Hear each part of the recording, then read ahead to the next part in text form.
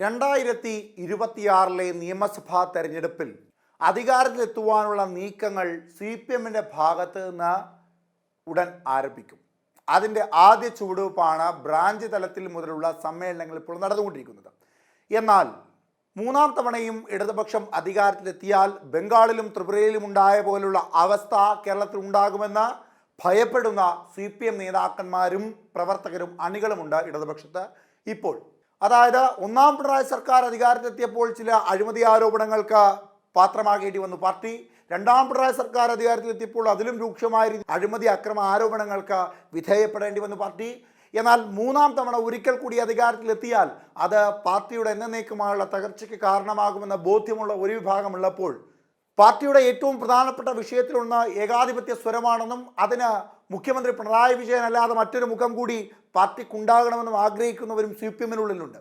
അങ്ങനെ വരുമ്പോൾ അത് ആരാകണമെന്ന ചോദ്യത്തിനാണ് പ്രസക്തി ഏറെയുള്ളത്. സ്വാഭാവികമായും കർക്കശക്കാരനായ ഒരു നേതാവിനെ ഇനി മുതൽ CPM മുഖ്യമന്ത്രി പദവിയിലേക്ക് കൊണ്ടുവരുമെന്ന് പ്രതീക്ഷിക്കുന്നില്ല. സ്വാഭാവികമായും ജനസ്വീകാര്യത ഏറെയുള്ള, ജനങ്ങൾക്ക് താല്പര്യമേറെയുള്ള ഒരു നേതാവായിരിക്കണം. അത് ചരിത്രത്തിൽ ഇടം കുറിക്കുവാൻ സാധ്യതയുള്ള ഒരു സ്ഥാനാർത്ഥിയാകുകയാണ് എങ്കിൽ സ്വാഭാവികമായും CPMന് അധികാരത്തിലെത്തുവാനുള്ള സാധ്യതയും ഏറെയാണ് എന്ന് കരുതേണ്ടതായുണ്ട്. അതായത് അതിൻ്റെ ആദ്യ ചുവടുവെപ്പുകൾ ഇപ്പോൾ പാർട്ടിക്കുള്ളിൽ നടക്കുന്നുണ്ട് എന്നും പറയാം. അതായത് CPMന്റെ പ്രാദേശിക ഇടങ്ങളിലെല്ലാം സ്ത്രീകൾക്ക് 30% വരെ പ്രാധാന്യം നൽകുവാനുള്ള തീരുമാനം ഇപ്പോൾ CPM എടുത്തിരിക്കുകയാണ്. അതായത് യുവാക്കളുമായുള്ള പാർട്ടിയുടെ ബന്ധം അകന്നിരിക്കുന്നു, ജനങ്ങളുമായുള്ള പാർട്ടിയുടെ ബന്ധം അകന്നിരിക്കുന്നു, സ്ത്രീകളുമായുള്ള പാർട്ടിയുടെ ബന്ധം അകന്നിരിക്കുന്നു. സാമുദായികപരമായി ന്യൂനപക്ഷങ്ങളുടെ പിന്തുണ ഇവയെല്ലാം CPMന്റെ കൈകളിൽ നിന്ന് നഷ്ടപ്പെട്ടു പോയിരിക്കുന്നു എന്ന ബോധ്യത്തിൻ്റെ പുറത്താണ് ഇപ്പോൾ പരിഗണിക്കേണ്ടവരെയെല്ലാം പരിഗണിക്കാമെന്ന പാർട്ടിയുടെ തീരുമാനത്തിൽ 30% സ്ത്രീകളെയും വനിതകളെയും ന്യൂനപക്ഷങ്ങളെയും ഒക്കെ ഉൾക്കൊള്ളിച്ചുകൊണ്ട് പാർട്ടി സജ്ജമാക്കുക എന്ന തീരുമാനത്തിലേക്ക് CPM എത്തിയിരിക്കുന്നത്. 30% സ്ത്രീകളെ താഴെത്തട്ടിൽ നിന്ന് പരിഗണിച്ചു വരുമ്പോൾ സ്വാഭാവികമായും കേരളത്തിലെ ബഹുഭൂരിപക്ഷം വരുന്ന സ്ത്രീ വോട്ടർമാരുടെ ശ്രദ്ധ ഇടതുപക്ഷത്തിലേക്ക് കൊണ്ടുവരിക എന്ന തന്ത്രപരമായ നീക്കത്തിൻ്റെ ആദ്യ ചുവടായി അതിനെ കാണാം.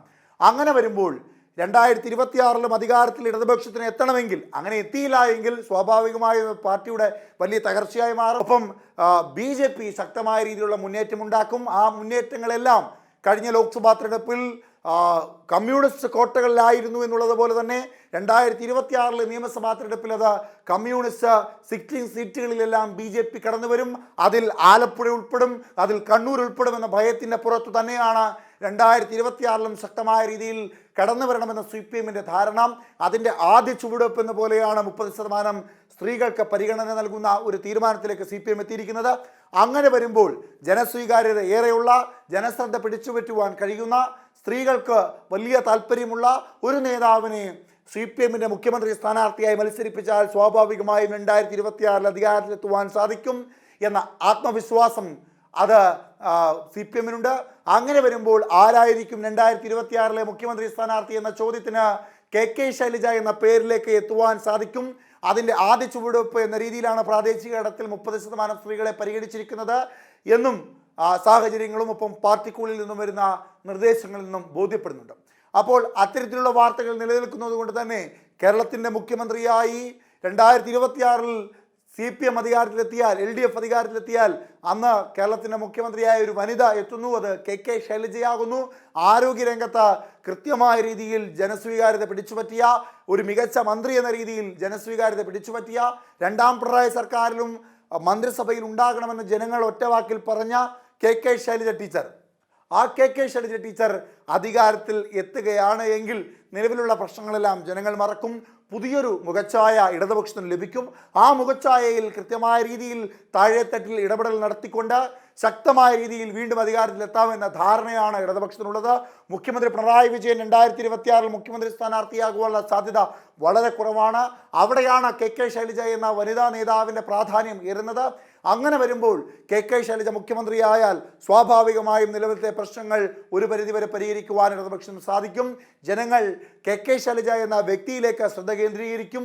അവർ മുഖ്യമന്ത്രിയായാൽ ചരിത്രത്തിൽ ആദ്യമായി കേരളത്തിനൊരു വനിതാ മുഖ്യമന്ത്രിയെ ലഭിക്കും എന്ന ആത്മവിശ്വാസം, അതോടൊപ്പം തന്നെ സ്ത്രീ വോട്ടർമാരുടെ വോട്ടുകൾ പിടിച്ചെടുക്കുവാൻ ഇടതുപക്ഷത്തിന് സാധിക്കും. സാമുദായികപരമായോ രാഷ്ട്രീയപരമായോ അങ്ങനെ വലിയ വിരോധികളൊന്നുമില്ലാത്ത KK ശൈലജ ടീച്ചർ അധികാരത്തിലെത്തിയാൽ അത് പുതിയൊരു യുഗമായി, പുതിയൊരു ചരിത്രമായി CPM കുറിക്കുവാൻ സാധിക്കും. അത് അത്തരത്തിൽ KK ശൈലജ വന്നു കഴിഞ്ഞാൽ ഗുണങ്ങൾ മാത്രമാണ് CPM ചില ആരോപണങ്ങൾ KK ശൈലജയ്ക്കെതിരായി കാഫിർ പ്രയോഗം അടക്കമുള്ള ആരോപണങ്ങൾ ഉണ്ടായിരുന്നു. എന്നാൽ അതൊന്നും അവരെ നേരിട്ട് ബാധിക്കുന്ന വിഷയങ്ങളല്ല. അവരോടൊപ്പം നിന്നവർക്കെതിരായുള്ള ആരോപണങ്ങളാണ്, അല്ലെങ്കിൽ കേസുകളാണ്. അവയൊന്നും KK ശൈലജ ടീച്ചറിനെ ബാധിക്കുന്ന വിഷയങ്ങളല്ല എന്ന കൃത്യമായ ബോധ്യം CPM കൊണ്ട് തന്നെ 2026 ഇടതുപക്ഷം വീണ്ടും അധികാരത്തിൽ എത്തണമെങ്കിൽ KK ശൈലജ ടീച്ചറെ മുഖ്യമന്ത്രി സ്ഥാനത്തേക്ക് കൊണ്ടുവരേണ്ട ആവശ്യകതയുണ്ട്. അതിൻ്റെ ആദ്യ ചവിട്ടുപടിയായാണ് 30% സ്ത്രീകളെ പ്രാദേശിക തലത്തിലടക്കം പരിഗണിക്കുന്നത് എന്ന സൂചനയാണ് ഇപ്പോൾ ഇടതുപക്ഷത്തു നിന്ന് ലഭിക്കുന്നത്. എന്തായാലും നിലവിലത്തെ സാഹചര്യത്തിൽ CPM സംസ്ഥാന സെക്രട്ടറിയായ ഗോവിന്ദൻ മാഷിൻ്റെയും ആലപ്പുഴ എന്ന CPM കരുത്താർന്ന ഇടത്തും CPM പാർട്ടി ഗ്രാമങ്ങളിലുമെല്ലാം നടത്തുന്ന ബ്രാഞ്ച് കമ്മിറ്റികളിൽ നിന്ന് നിരവധി പേരാണ് പാർട്ടി വിട്ടു പോകുന്നത്. പാർട്ടിയോട് ശക്തമായ രീതിയിലുള്ള എതിർപ്പറിയിക്കുന്നത്, പാർട്ടിക്കെതിരെ പരസ്യമായി രംഗത്തെത്തുന്നത്. അങ്ങനെ MLA PV അൻവർ മാത്രമല്ല, പാർട്ടിക്കുള്ളിലെ പ്രാദേശിക തലത്തിലുള്ള നേതാക്കന്മാരും അണികളുമെല്ലാം പാർട്ടിക്കെതിരായി ശബ്ദമുയർത്തുമ്പോൾ, സാമുദായികപരമായ പിന്തുണ പാർട്ടിക്ക് നഷ്ടപ്പെടുമ്പോൾ, ന്യൂനപക്ഷങ്ങളുടെ പിന്തുണ പാർട്ടിക്ക് നഷ്ടപ്പെടുമ്പോൾ അത് തിരിച്ചുപിടിക്കുക എന്ന ഉദ്ദേശ ലക്ഷ്യത്തിൻ്റെ ഭാഗമായി KK ശൈലജ എന്ന വനിതാ മുഖ്യമന്ത്രിയെ ഇനി കേരളം കാണാൻ പോകുന്നു എന്ന പുതിയ സന്ദേശം ഉയർത്തിക്കൊണ്ട് CPM 2026 അധികാരത്തിലെത്തുക എന്ന തന്ത്രപരമായ നീക്കത്തിൻ്റെ ആദ്യ ചുവടുകൾ വെച്ചിരിക്കുകയാണ് പാർട്ടി.